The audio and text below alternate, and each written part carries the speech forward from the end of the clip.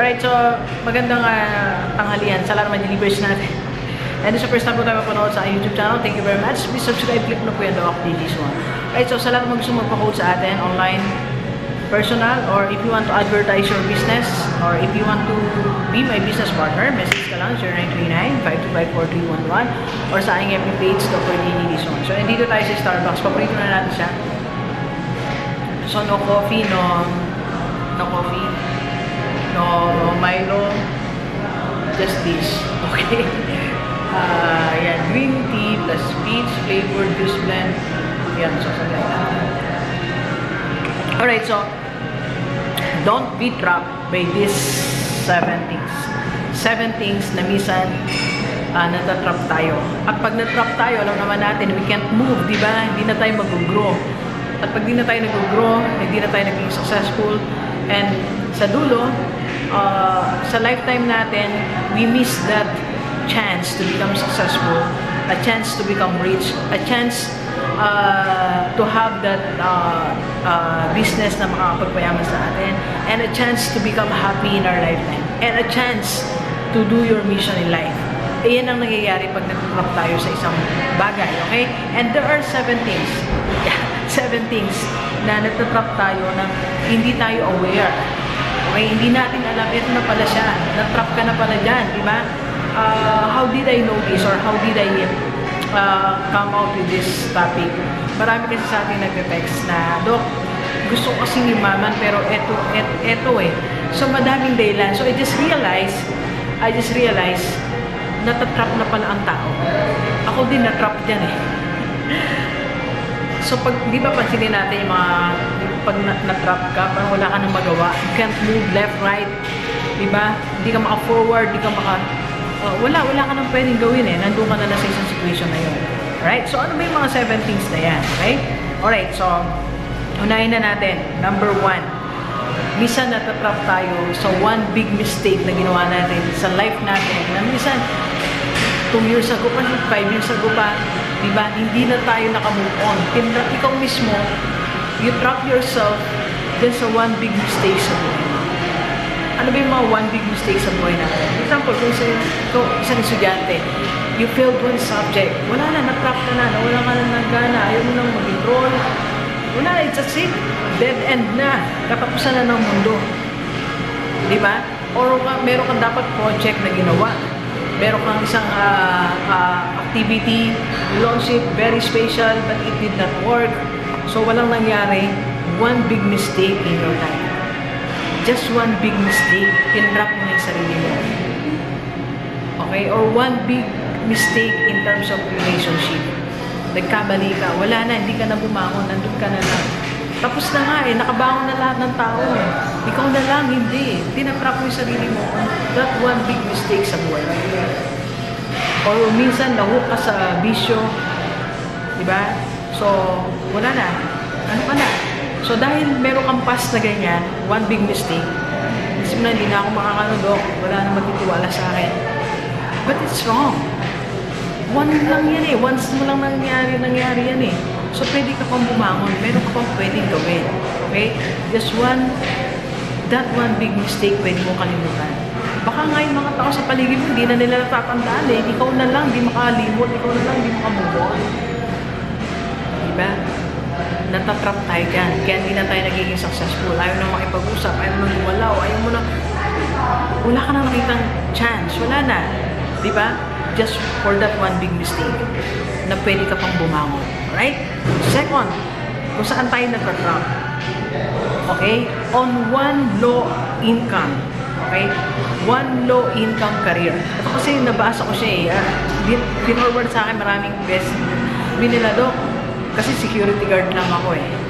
Dok, kasi nagtitinda lang ako ng ganito eh. And so what? Diba? Tinatrap mo yung sarili mo dyan porque ba low income earner ka? Wala ka ng chance maging successful? Meron nagpa-coach sa akin last week lang. Meron siyang isang skill-based ang kanyang work. So, hindi na siya halos natutulog. Gawa na siya. Sabi ko, huwag kang magpa-trap dyan. Pwede ka pang lumigaya. Si Dok, wala na eh. Ginain na ng trabaho yung schedule ko. 4 hours na lang ako natutulog kasi gusto ko magkaroon ng maraming output. Sabi ko, di magturo ka ka ng iba na the same skill, magiging manager ka pa. Kasi kukuha ka ng 2, 3 tao na gagawa niyan. Diba? Minsan natatrap tayo that low income. Ito, security guard ako eh. I'm working 8 hours security guard. Bakit mo kung security guard ka? Eh di, sa gabi, pwede ka pang magtrabaho. Pwede kang magkaroon ng business. Mag-online business ka. Diba? You go to e-commerce business. Wala namang pinipili yan eh. Diba? You can do that. Tinatrap natin mismo ang sarili natin sa one low income career. Na hanggang sa dulo, wala nang nangyari sa buhay natin. Hanggang dulo, sinabi mo na, eto na lang ako, Dok. Dok kasi karpintero lang ako eh. Dok kasi kasambahay lang ako eh. And so what? You can still do other things. Ikaw mismo kasi tinatrap mo yung sarili mo dyan eh. Diba? Okay, third. Pangatlong bagay kung saan tinatrap mo yung sarili mo. That one emotion na hindi mo mapagtagumpayan. Masyado kang magagalitin, masyado kang matagal magalit. Natrap ka na dyan. Ikaw na lang ang galit eh. 2019 na, patapos na nga. Nasa mid na tayo eh. Patapos na. Lampas ka lahat din na tayo 2019, galit ka pa rin. Minsan, alam niyo, pag nagsiseminar ako, sabi ko sa mga parent, huwag tayong magagalitin. Minsan, mag-best friend, nagkagalit. Mamaya, isang araw, hindi na sila nag-uusap. Pag tinanong mo naman, anong reason? Eh kasi hindi siya umaten yung birthday ng anak ko. My God, hindi na siya naka-attend. Why don't you understand that? Baka naman meron siyang mahalagang bagay, a matter of life or death, o nahihiya siya, wala siyang damit, wala siyang parigalo, naunahan siya ng hiya. Diba? That one emotion na meron ka, okay? Tinatrap ka niya. Hindi ka na nakipag-usap, diba? Nabuhay ka na sa galit, na mismo nang maging masaya, na mismo nang maging matagumpay sa buhay. Alright? So, pang-apat po. Pang-apat. Tinatrap tayo ng one circumstance sa buhay natin. Isang circumstance. For example, doon kasi hindi ako makapagnegosyo kasi nag-aalaga ako ng kapatid eh. 24 hours, naalaga mo yung kapatid mo. Ito, marami kasi kaming alaga. Kailangan kong diligan eh. Marami kami one circumstances and yet pinagpapalit mo yung success mo for lifetime. Ito kasi kaya hindi ako makapagano kasi sumasabay ako sa bus na yun eh. Hindi ako pwedeng malate. Kaya kailangan uminagad ako. Ano bang bus na iba? Pag ba na-delay ka ng 1 hour sa pag-uwi mo, ikamamatay mo ba? Hindi tayo, minsan, sabi ko nga, kaya minsan hindi tayo napupromote eh. Paano ka naman mapupromote? Diba? Paano ka mapupromote? Eh, 1 hour nga, hindi mo mamahali yung trabaho mo. Alam mo ngayon, meron kami important, very important events sa school namin. And nakabook ako sa isang event din. So, choosing, di ba? Choosing between. Pinapakita ko lang sa inyo yung pagmamahal mo sa work. I'm talking to Ma'am Joyce to rebook the things na gusto kong na kung earlier i-cut ko ng 1 day kung basta kahit affected ang aking travel. Ay, hello po. Nagpa-vlog lang. Mamaya po, lapitan ko kayo. Ay, sorry. So, hindi natin mapahalagaan yung natin eh, yung trabaho natin, di ba? Natatrap tayo sa circumstances. Hindi ito kasi may kasabay akong pauwi, sayang kasi. Di ba? Doon kasi may ilaga ako, marami akong pinapakain mga kaya wala akong time dyan, di ba? Doon kasi may pinapanood akong teleserye. One circumstances sa buhay mo na nagpatrap ka ng how many years di ka pwedeng gumalaw, di ka pwedeng makipag-meeting, di ka pwedeng malate ng uwi.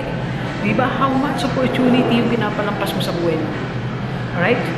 5, kalima. Natatrap ka sa isang wrong mindset. This is worse. Natatrap ka sa isang mindset. Yung mindset na mapanganib mag-abroad. Yung mindset na mapanganib lumuwas. Yung mindset na dapat dito ka lang. Okay lang na mahirap tayo. Basta sama-sama tayo. God's sake, di ba? Pwede sama-sama tayo, tapos mayaman tayo. Di ba? Wrong mindset na magtiis lang tayo. Hanggang sa makahon tayo sa hirap. Kailan ka pa ako? Tiis ka ng tiis. Sabi ko, huwag kang magtiis, di ba? Remember, merong 4 na bagay na nakakapagpahirap sa'yo. Yung term na pagtitiis. Tinitiis mo lang lahat ang circumstances.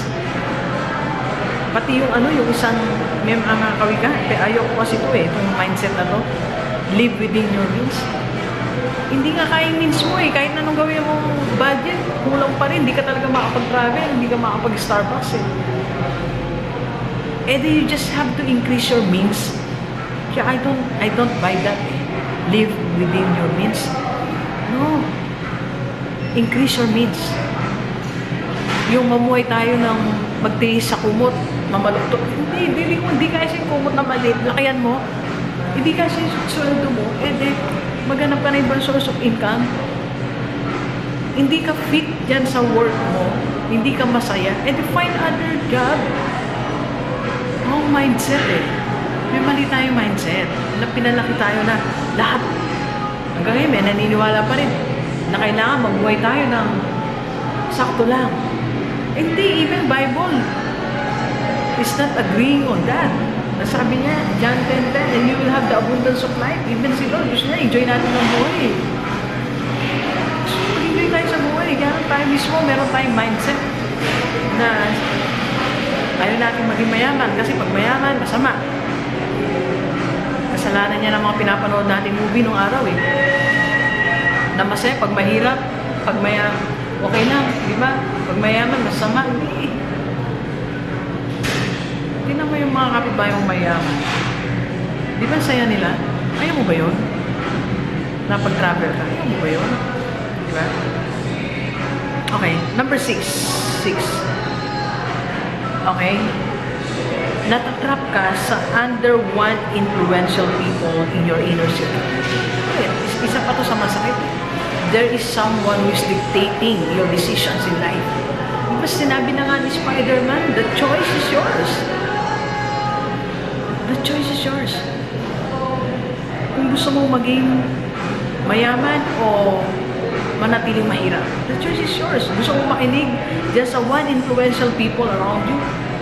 Yung isang mong best friend na lahat na lang dinictate sa'yo, saan ka pupunta, anong gagawin mo. Yung isang mong kamag-anak na lahat na lang mula sa course mo, sa trabaho mo, kung sa'yo mo kasasama, kung anong bibilin mo, everything was dictated to you. Kaya ka na-trap dyan. Na-trap ka sa kung sino man tao nag-dictate sa'yo, kung sino bang leader mo, na nagsasabi sa'yo, dito lang tayo, eto ka lang, dito ka lang, don't do that, don't do this. Kaya yun, ang dami mong na-miss na opportunity. You are being trapped by one influential people around you. And that's bad. That's bad. If you don't realize it yet. Okay? Alright. Number 7. You are trapped under one condition. May condition ka pa dapat bago ka mabago, bago ka umilag. Pag nakatapos na ako, pag na-promote na ako, doon na lang ako magninegosyo. Diba? Doon na lang ako mag-i-invest pag retire ko. Ang dahil condition Saka na lang ako sasama sa inyo pag naging taglupay kayo. Saka na lang tayo mag-travel pagka medyo nakaluwag-luwag na. Ang dahil condition. Bago mo kuhanin ng opportunity, bago mo saluhin ng opportunity, ang dami natin condition. Ang dami natin condition sa buhay. So what's happening? Naiwanan na tayo. Ang dami mong pilit condition sa buhay mo. Diba? Ang dami condition. Saka na lang, Dok G yan. Kasi nasabi ko nga, mag-invest. Invest sa Kaiser. Diba? Ayaw pa. Saka na lang, Dok. Pagkatapos na ng mga anak ko. And makatapos nagsipag-asawa. Wala, naiwan kang mag-isa. Wala kang pera. Wala kang health insurance. Wala kang investment. Diba? Saka na lang, Dok. Sa mga single, kagaya ko. Pagka-grabe na naman pamangkin ko. Wala namang masama Kaya lang, sabay mo rin sarili mo. Sarili mo success and happiness and mission in life. Alright? Number 8. Walo pala to. Number 8. Dami, no? Dami yung tumatrap sa buhay natin. One family culture or tradition.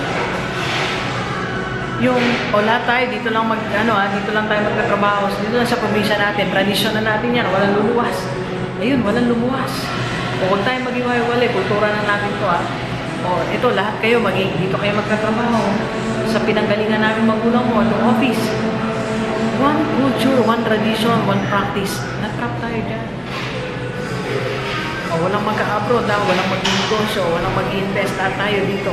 O kaya lahat tayo, ito yung magiging trabaho nyo. Kaya di ba napapansin natin sa mga provinces, pag ang tatay, karpintero na rin. Pero hindi na napapansin yun na yung way of life ng family mo, naging way of life mo na rin. Kaya pag hindi sila happy, hindi ka na rin happy. One family tradition na trap tayo. Di ba yung mga family natin, hinahanap tayo ng work na sabi nila secure.